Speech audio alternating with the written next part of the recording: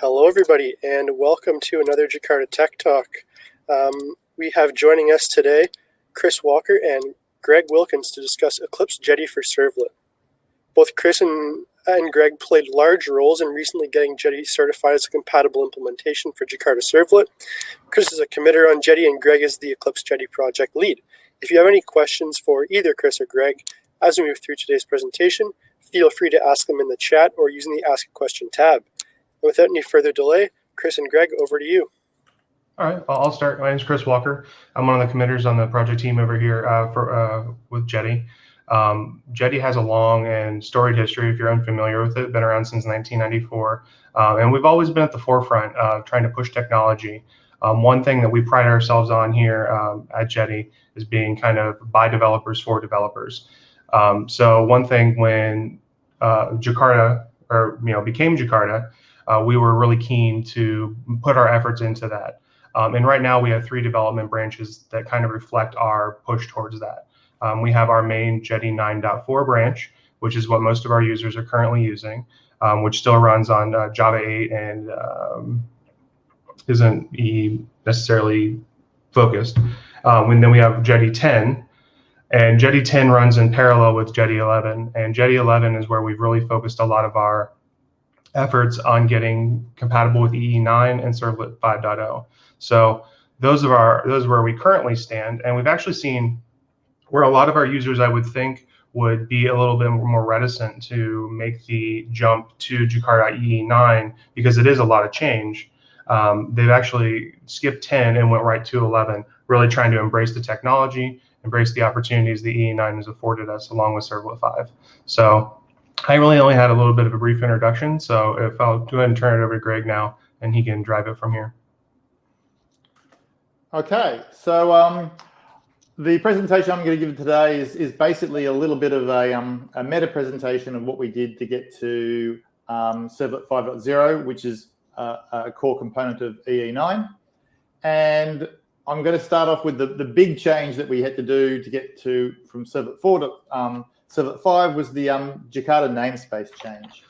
And, no one really knows why we had to do it. Well, or maybe somebody knows, but they haven't told me. It was a necessary evil. And ultimately, at this point of time, the why we had to change the namespace doesn't really matter.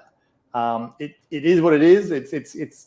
I thought it could have been a bit of a Namageddon, disaster in the making, but it's, the glass half full way of looking at it. It's an opportunity to do things with the API that we haven't been able to do for the last, I don't know, it's 15 or 20 years that we've been doing servlets. So yeah, we've done the change, and so far we haven't seen any huge disasters, and actually the uptake's been quite interesting. And we'll get some numbers on that in a sec. So the big difference between Servlet 4.0 and Servlet 5.0 is only the name. There were no other feature changes, no API changes, even things that were really necessary, like changes in the cookie standard. Where the decision was made to keep 5.0 completely in lockstep with 4.0 in everything but the name, and that's basically to allow automated porting of applications from 4.0 to 5.0. So in that first step to get over the namespace hurdle, rather than having to deal with porting, deprecated APIs, new APIs, the decision was made just to make it a rename, which is an interesting thing. You're asking your users, I want you to change your application, but I'm giving you no extra features. And so I think that was why there was a bit of fear that, maybe where we led, the users wouldn't follow. But there were important changes in the step from going from 4.0 to 5, and they were mostly procedural. They're in the way the specification was produced and the processes we put in place, who was doing the changes. And they actually are really important and set us up for the future. They're giving us an opportunity of making a future specification when 5.1 or 6.0 comes out, we're unencumbered with a lot of the procedural problems of the past, And what I'm going to advocate here is maybe we unencumber ourselves with some of the API craft of the past as well, and start looking at what we can reduce in the servlet spec to give ourselves a better future. Okay, so the big change was the coming to the Eclipse for the Jakarta, as well as the name, is we changed the process. So it's the Eclipse Foundation specification process. And I'm not going to go into very much details of the process. Basically, I actually haven't read all of it, but I've been working in it, so learning on the job rather than actually reading the documents. But there's some very significant changes which I've just picked out from the document. And so one here is who can be a part of it. And if you're a member organization of Eclipse, you can nominate someone to be on the spec, but you can also participate fully as an individual. And this is just exactly the same as individuals have participated in the open source projects, software projects at Eclipse for decades. They also can become part of the specification projects at Eclipse, and with all the full rights and abilities of any other committer onto those projects. This is actually a significant step away from the past processes, which were open and anyone could kind of participate, but they were very corporate based, and quite often the agenda of the specifications was driven by what targets we have to hit for the next Java 1 conference, and there'd be internal processes and things dumped on the specification committee and say, here, ratify this, you've got 2 weeks. And that just doesn't happen anymore. So it's quite a different process, and I think the specifications going forward are going to be better for it. It's done by ballot, but there's not a strict majority. Each project can set their own way of voting. But the key thing for me about a ballot is that I've been involved with this Servlet expert group doing the specifications for the last 15 years or so, but it was only once I went to Eclipse did I ever get a vote. Previously, because we didn't pay large sums of money to the large corporates running the specification process, we never actually got to have a vote. So this is actually the very first Servlet spec that I've ever actually been able to put my hand up and say, yep, I think this should be released. Okay. And so if we look at who's on the Servlet API project, the who's on the panel is really important.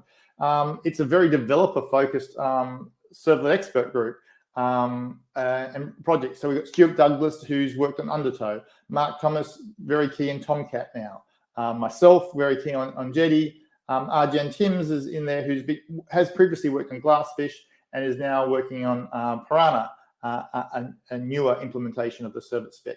And and there are others involved, but I'm just highlighting these 4 because we're all key developers in our Servlet implementations. And this is different from previously, where there's been people who haven't had such direct involvement with actually implementing the specification, have had key roles in setting the standards. And I think this group is working very well together. It's the atmosphere in the Servlet specification group is much more collegiate than it has been in the past. Okay, we haven't done any significant major changes to the API, but we are discussing problems already, and we are, I think we're making good progress. And so as a team, I think we're working very well. And hopefully, when we do start doing some big changes, that atmosphere and that experience that we've got and that collective shared background of dealing with the problems of the existing APIs will stand us in good stead for making changes into the future.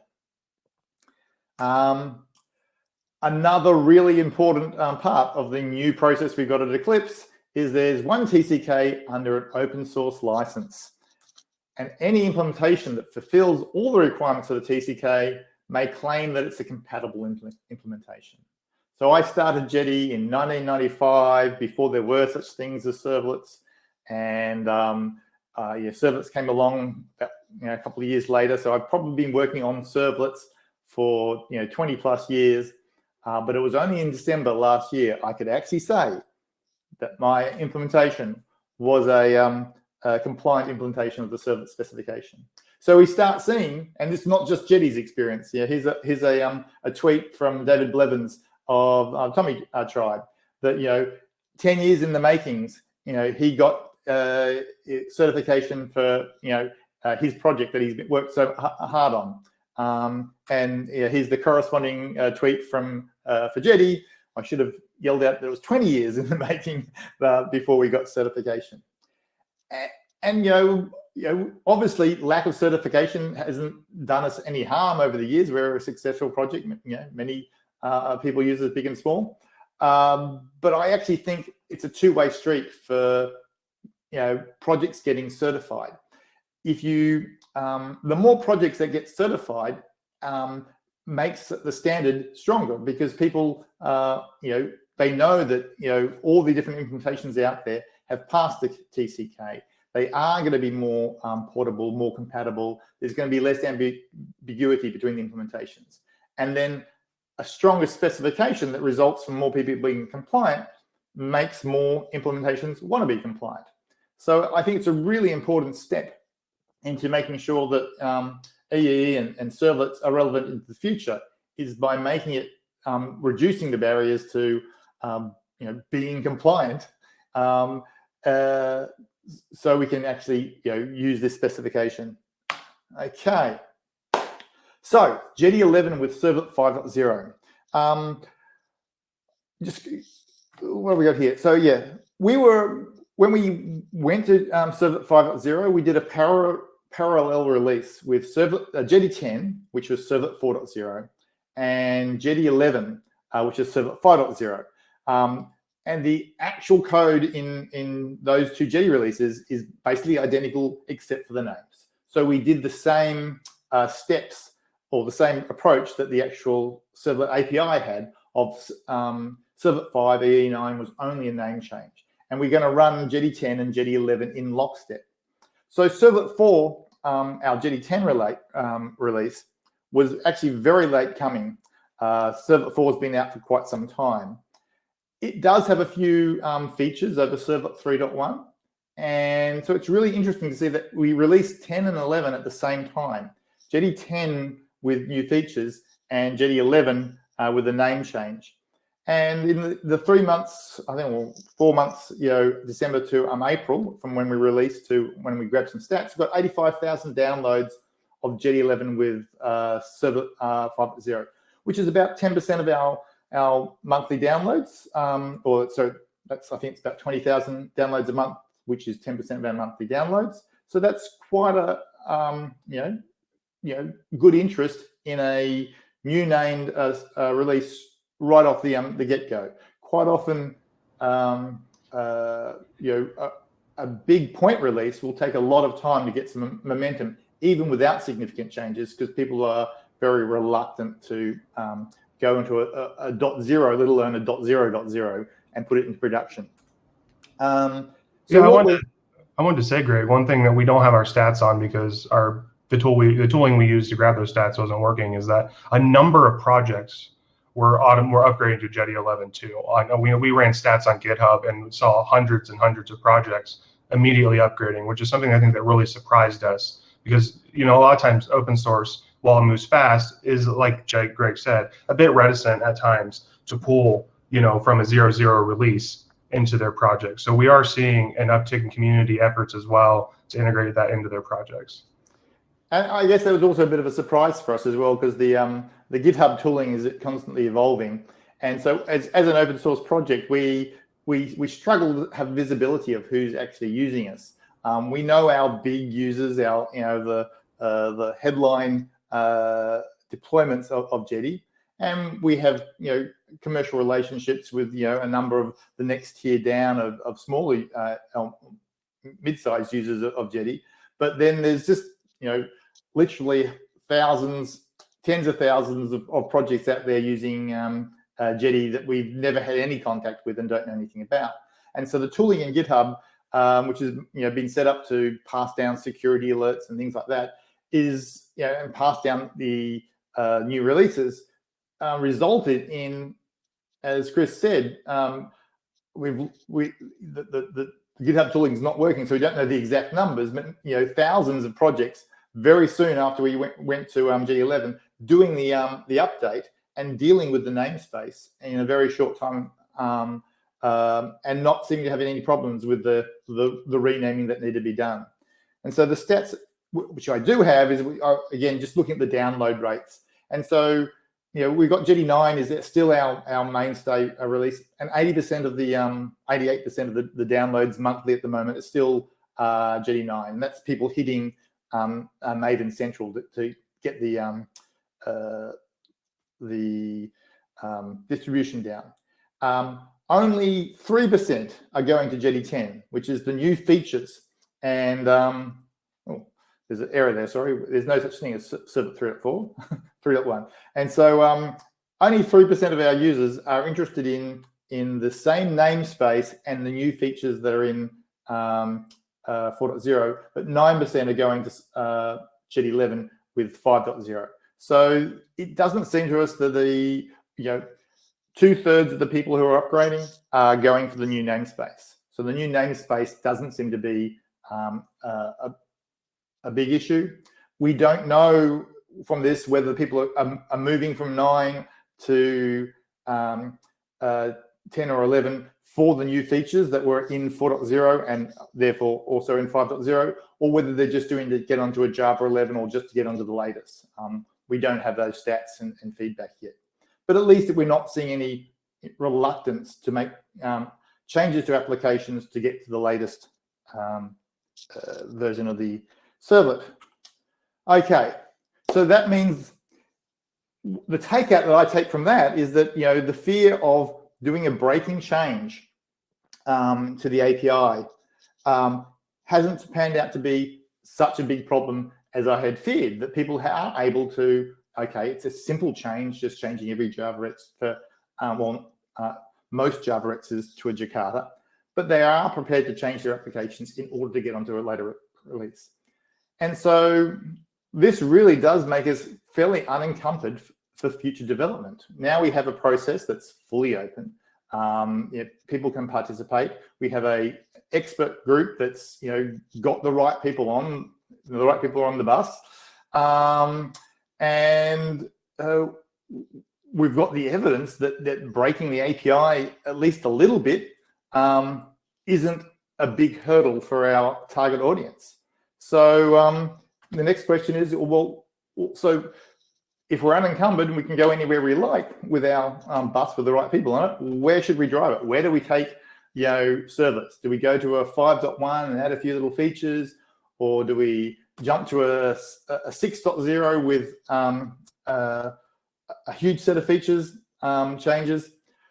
Well, the point I'm going to try and put here is that less is more. I'm going to make the case in the next couple of slides that I think the very first step we should be doing is, how can we simplify the servlets? How can we take out some of the cruft of the last 2 decades?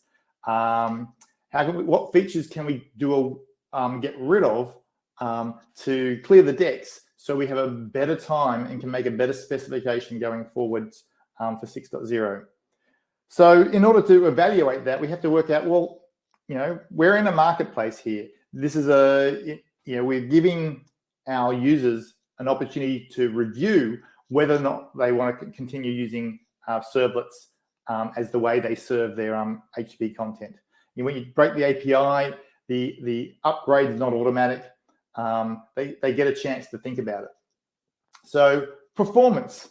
Well, very few web apps actually need high performance. The vast majority of web apps that get written out there are lucky to see tens, hundreds of requests a second, maybe. The few lucky ones are going to get the hundreds of thousands of requests a second, the millions of requests a second, but they are the minuscule minority of applications out there. So very few web applications actually need high performance. But most web applications or web application developers aspire to needing the high performance, because you're writing that application, it may go viral, it may take off. It's if you don't have the ability to scale, then you're already planning for failure. So if you want to plan for success, everybody thinks about performance, even if it's not necessary. So regardless of the need or otherwise, containers are always going to compete in performance. It's if you're evaluating a servlet container versus some other HTTP library, one of the first questions people are going to ask is, how does it perform? You know, which ones can do most requests per second? How much CPU does it take? How much memory does it take? Is a really key question, even if it's not for the final application a vital issue. And even that for most applications, the container is very seldom the bottleneck. Jetty on a reasonable powered server can easily do hundreds of thousands of requests a second. And there's very few databases or other infrastructure that can match that sort of rate. So there's a few applications that can be done at those sort of high rates, but most can't. So the container itself is still, even though it's not the bottleneck, will still frequently be benchmarked on its own to make sure it's not the target. And this is a good thing because even though we might deploy, rather than 1 million requests a second application, we might deploy 1,000,001 requests a second applications. The collective impact of any inefficiencies in our server can be huge. Some of the high deployments, high request rate deployments we have of Jetty, if I can shave a nanosecond or a millisecond off here or there, that's going to have a huge carbon footprint of the data centers that are just not doing those silly, needless complexity on every single request as it comes through. So chasing performance and chasing efficiencies is very important. And so if we have an API, a servlet API, and a standard around it that can be more efficiently implemented, this is going to be a basis on which we can compete against, not only between the servlet implementations, but against other non-servlet, non-AE implementations. And so you can see where I'm going here. Complexity is the enemy of performance. Every if statement costs you. Every if and but, every option is a cost. So simplicity doesn't guarantee performance, but it can certainly assist in getting there. The other area we can go to compete against each other and another non-AE containers is features. And servlets have been around 20 years, and over that time, best practices have changed. Byte arrays have turned to byte buffers, have turned to direct byte buffers, and now the JDKs are talking about memory segments as the way of talking to your I/O drivers nice and quickly. Styles change. The way people wish to develop their code changes. So you have XML configuration, then configuration by convention, annotations, dependency injection frameworks. The flavor of the month, year, decade changes, and we've been trying to support those as best we can within the servlet specification. Even down to little language features, enumerations, iterators, streams, lambdas, the module system, that all coming in there. So we've had to, continually evolve the servlet specification, not just to deal with new features of the HTTP protocol, such as pushes and changes to cookies and various other things, but also just to keep up with the style of application development. Here's some more examples. We started off as a blocking API. We've added asynchronous support, but now asynchronous is becoming a bit too difficult. So we're looking at more reactive style APIs. And then there's the promise of going back to the blocking style, but getting asynchronous behaviors with Project Loom. I've got a blog where I'm a bit dubious on that one, but you never know. We have to, whatever the changes come, we have to keep pace with them in the servlet API and our implementations. But the problem here is that feature support is an n-squared problem. The more different things you have here, the more it's not a linear complexity increase. It goes with with the square of the number of features. And so that when you just add, I'm going to add iterators as well as enumerators, I'm going to add asynchronous features to my IO streams that we're blocking. you have to make them not just work in themselves, you have to make them work against all the other existing features that are in the Servlet API. And truth be told, I don't know if we've done the best job of that in the Servlet API, and there's quite a few dark corners where feature X meets feature Y with feature Z turned on, where the spec doesn't say how it's meant to happen. It's a little bit ambiguous, and that's a lot of the work we're doing at the moment in the Servlet API project, is finding those little dark corners and going, well, what was intended here? How are we meant to do this? Can we at least all agree among ourselves what should happen, write the spec and improve the spec so we can get rid of the ambiguity.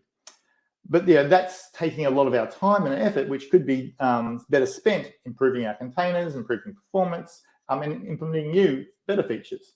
So reducing the number of things you're doing, like, can we really maybe get rid of the enumerations for now? Is our asynchronous abstraction the right thing to have? Can definitely reduce the complexity and let us stay more focused on where we're going in the future. Okay, portability is another way we're going to compete with other containers. We have portability between containers. It's really the good power of the adhering to standards is that if you don't like what Jetty's doing, you can go to Tomcat. If you don't like X, Y, Z, you always have the option to move to another provider. And there's nothing like a bit of competition between providers to get yourself a very good implementation. If there's no competition, you can get a little bit lazy. If you get locked into an implementation, that can be a very bad thing. There's also portability between versions. You want to know that when a new version of the standard comes out and the containers come out to support that you can just upgrade your application without having to rewrite it all. And so we've done a great job of that in the Servlet API. Servlet's written against Servlet 1.0, 20 years ago, still run in containers today. And we've basically kept all the features they had. I can only think of maybe one or two deprecated features, which probably still run. They just give you a bit of a warning. And that helps people have confidence that they can write their application against your API and go into the future. But complexity is the enemy of portability. These n-square feature problems we have means that not only do different containers, interpret some of these feature clashes differently, so you can't go between containers, implementations, but as we work out that there are ambiguities and fix them, then in some containers you get problems between versions. So having this complexity and 20 years of history built into the spec is kind of hurting our competitiveness against other alternatives. And complacency is a legacy container's best friend in terms of we rely on the complacency of our users, that they don't really want to change. If they're happy if they implemented servlets 20 years ago or 10 years ago, they're going to be complacent. They're not going to go to something different. So we can be lazy ourselves and just churn out the next release as best we can and pave over the mistakes, and they'll stay with us. Well, we've broken the API. We've changed the namespace. People have to do something to their applications. We're asking them the question of, do they wish to stick with us? So we have to be an attractive destination. Otherwise, people may switch horses. And, we don't want to be a legacy standard. We want to attract new users, new projects. Greenfield projects should look at servlets and AE and say, yes, this is the right technology to base our futures on. So we've put that break in there. Is this a risk or is it an opportunity? Well, what we have got to counter that break is familiarity. I can't say it. If you can't be portable, at least be familiar. And so there's a lot that we can do to keep the Servlet spec looking and feeling like the Servlet spec, but not necessarily being exactly, compatible with what it was 20 years ago. And the premise I'm going to jump into and give some, more concrete examples of is that developers use a small percentage of the Servlet API. What's commonly used and what they're familiar with is not the whole thing. The problem features, and especially the clashes, are used by a vanishing small number of applications. And the developers are unfamiliar with those problematic features and specifically the problematic clashes. And I'll pop up a few examples in the following slides. And my hope is that a lot of developers will go, oh, I didn't know that. I didn't know you could do that. I didn't know you had to do that.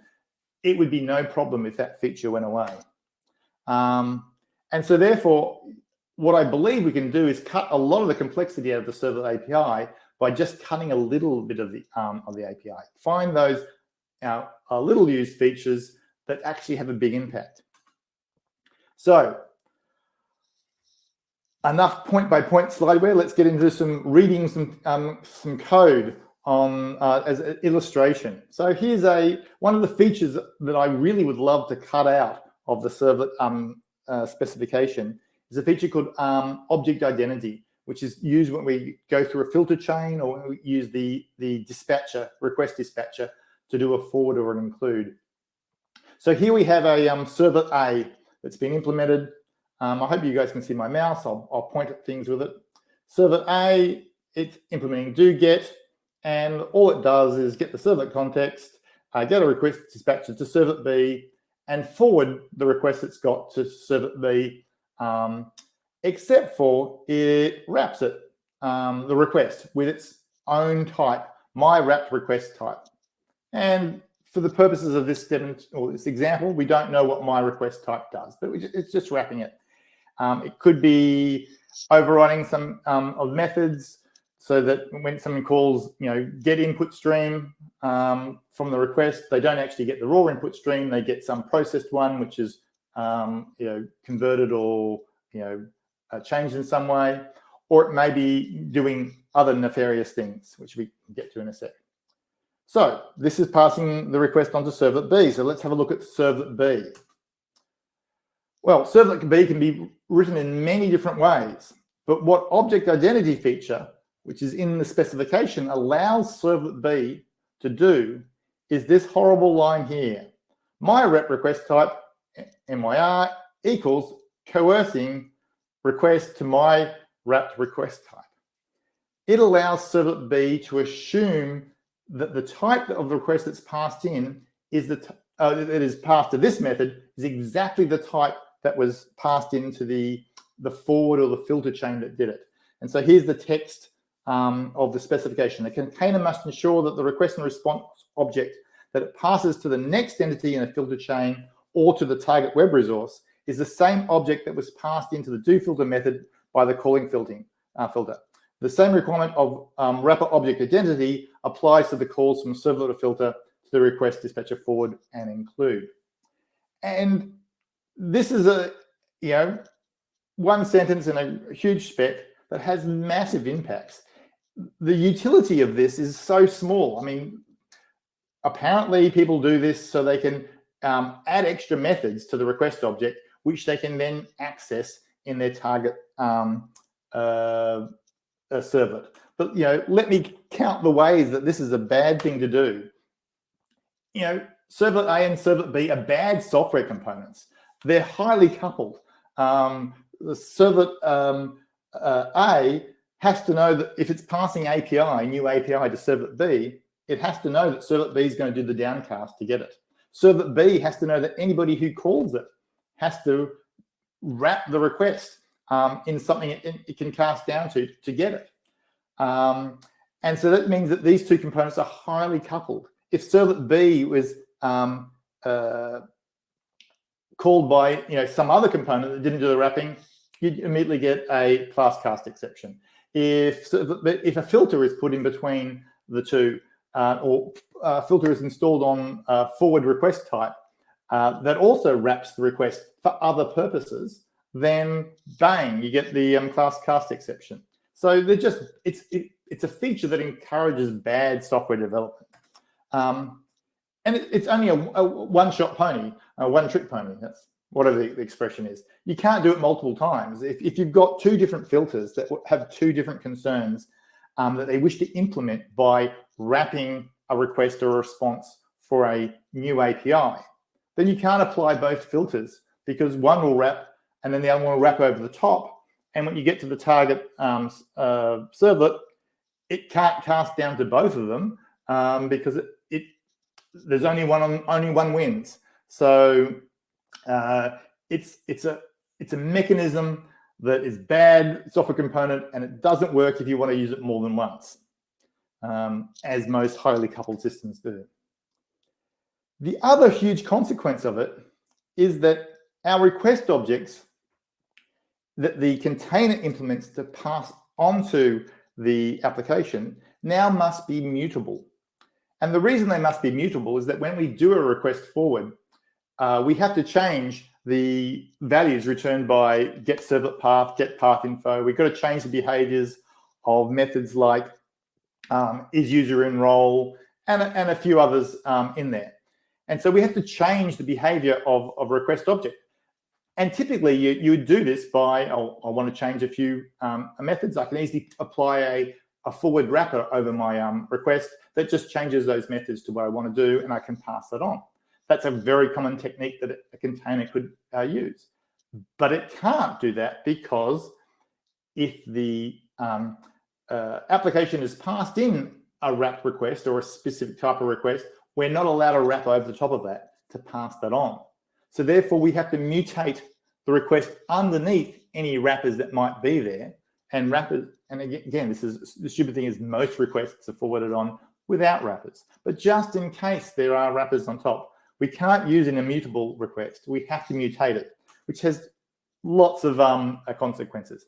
It turns out that in servlets, because our request objects are can be mutated, they become bigger and more complex. And because they're bigger and more complex, they're more expensive to create. And therefore we pull them and we recycle them, which then brings its own complexities when someone holds onto a reference to a request and uses it on the next cycle, and you get problems with the recycling requests.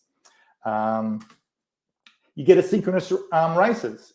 As we increasingly implement asynchronous processing, and I have an example of this in a second,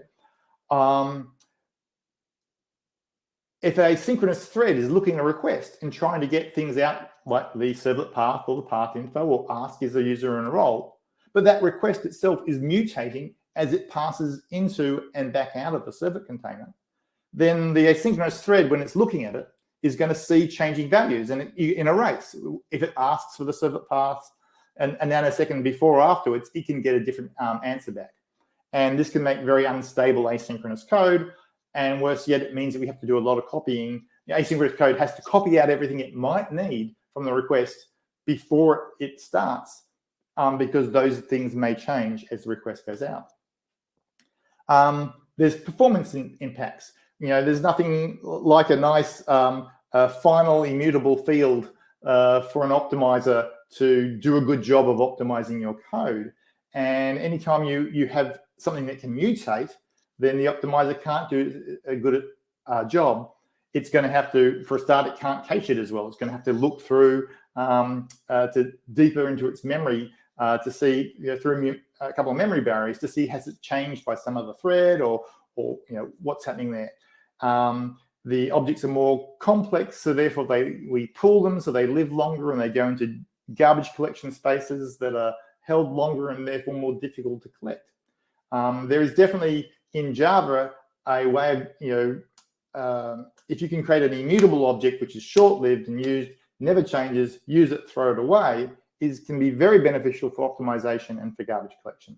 And that common approach is not available to us servlet container implementers because of this one little object identity feature that I would dare say nobody, very few people use. The 0.1% of the applications use. Oh, and then because there are reasons that a target servlet B might wish to know a little bit about the request before it was forwarded, but that information about the request before it was forwarded is not available by unwrapping and looking at core requests.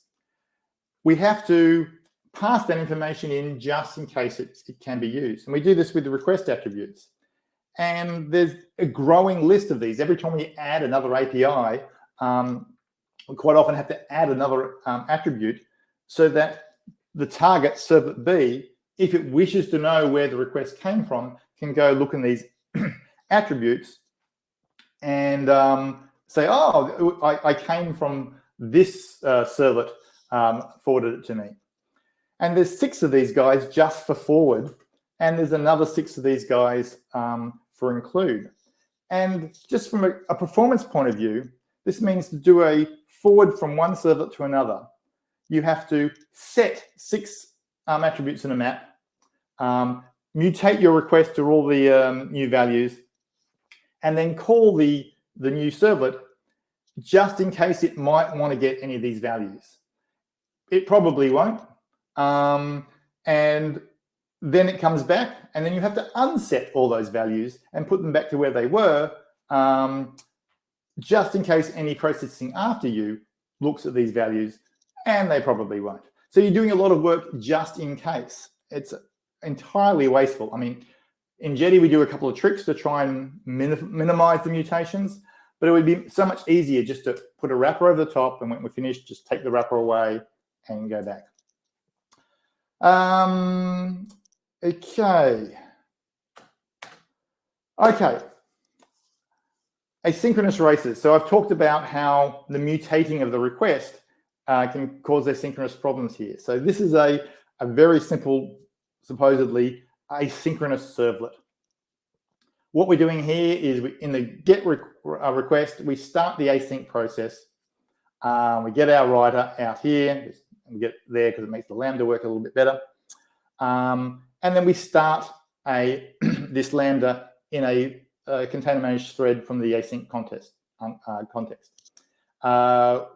And all it does is sets the status, and it just prints out what the servlet path is, and is the user in role special or not, and then it completes it. So it's just basically writing it out directly, but from another thread.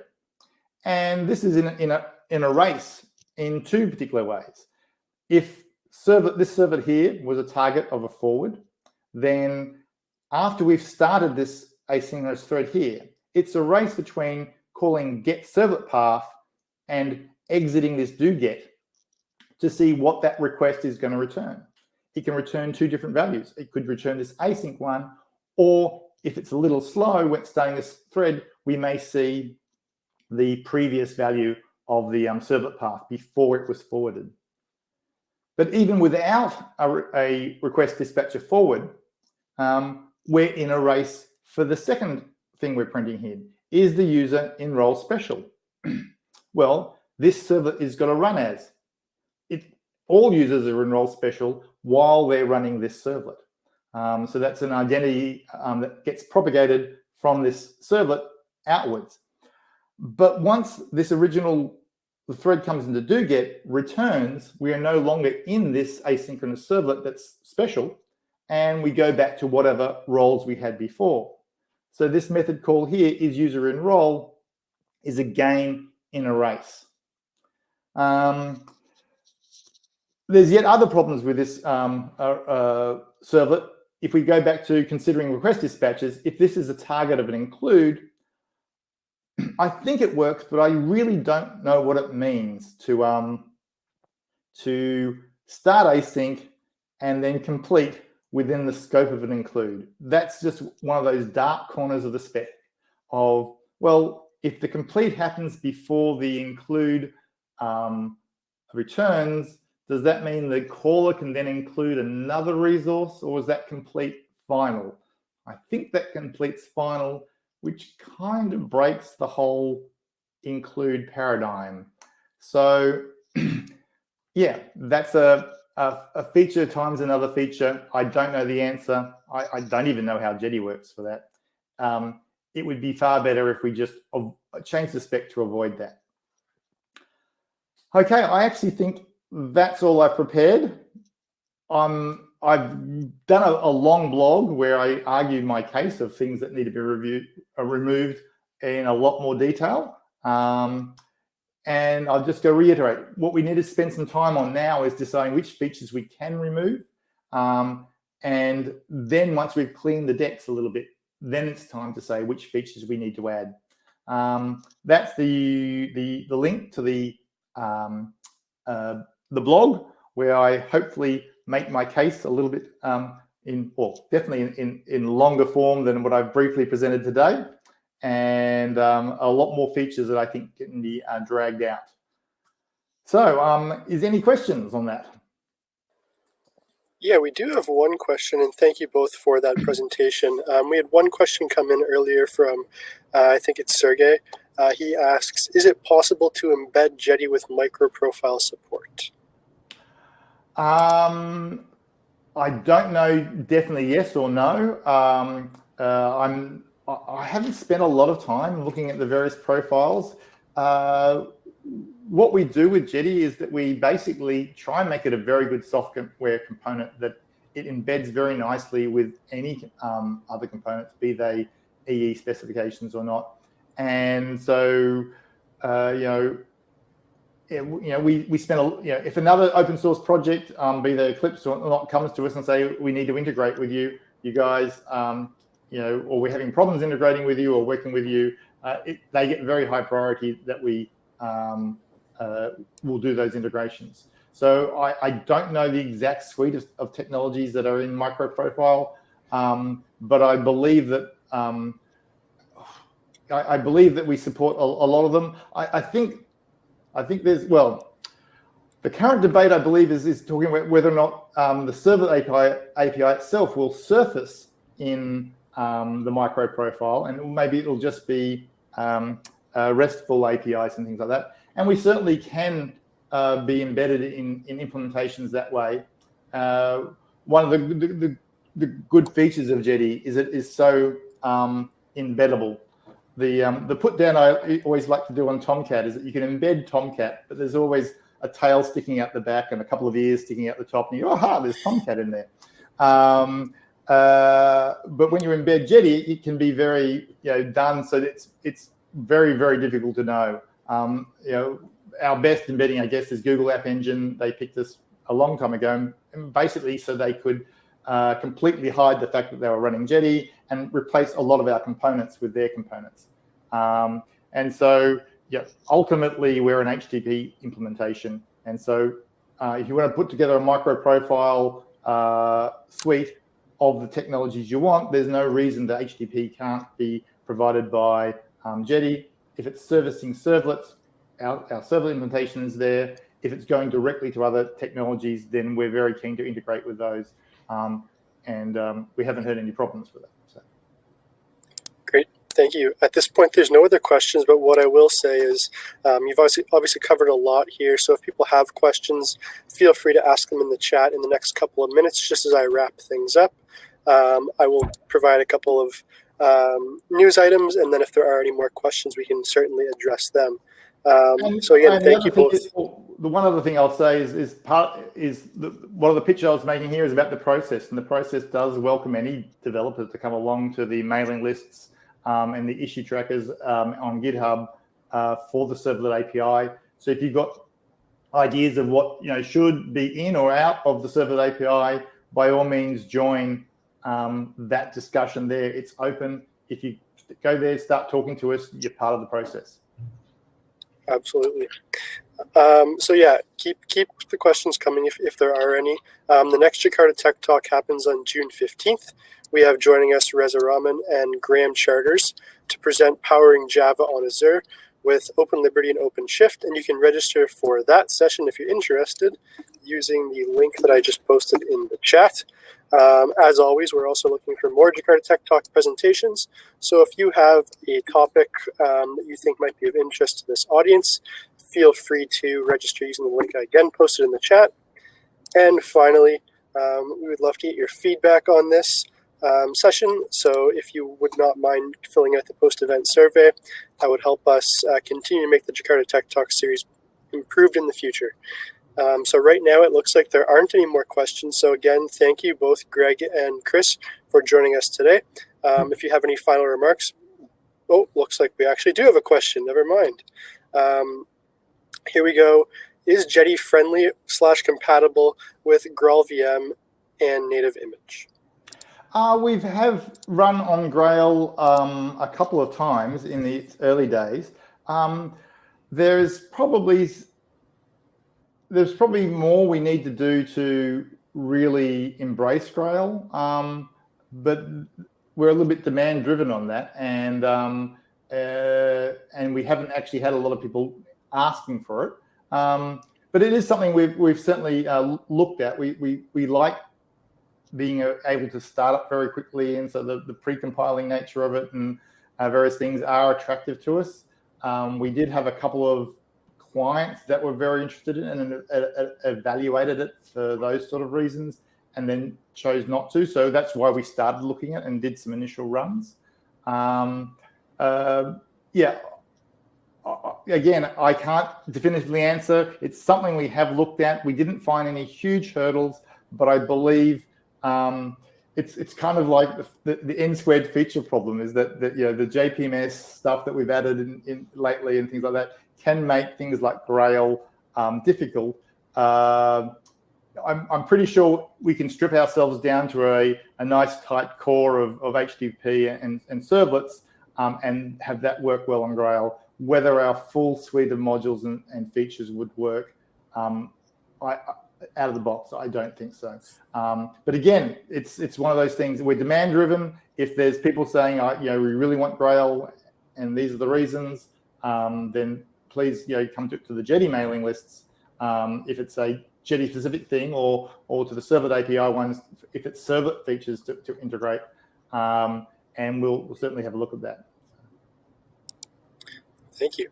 So yeah, that's about it. If there are any final remarks from either of you, by all means provide them, and then we will wrap up.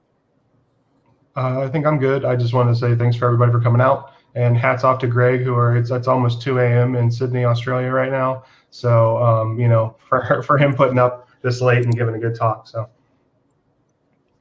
Yeah, absolutely. Thank you very much, Greg, and thank you, Chris, as well. Apologies, Greg, for the late night, but certainly we appreciate this a lot, and this was a great presentation. Fun. All right, everybody, enjoy the rest of your day or night. Goodbye. Bye.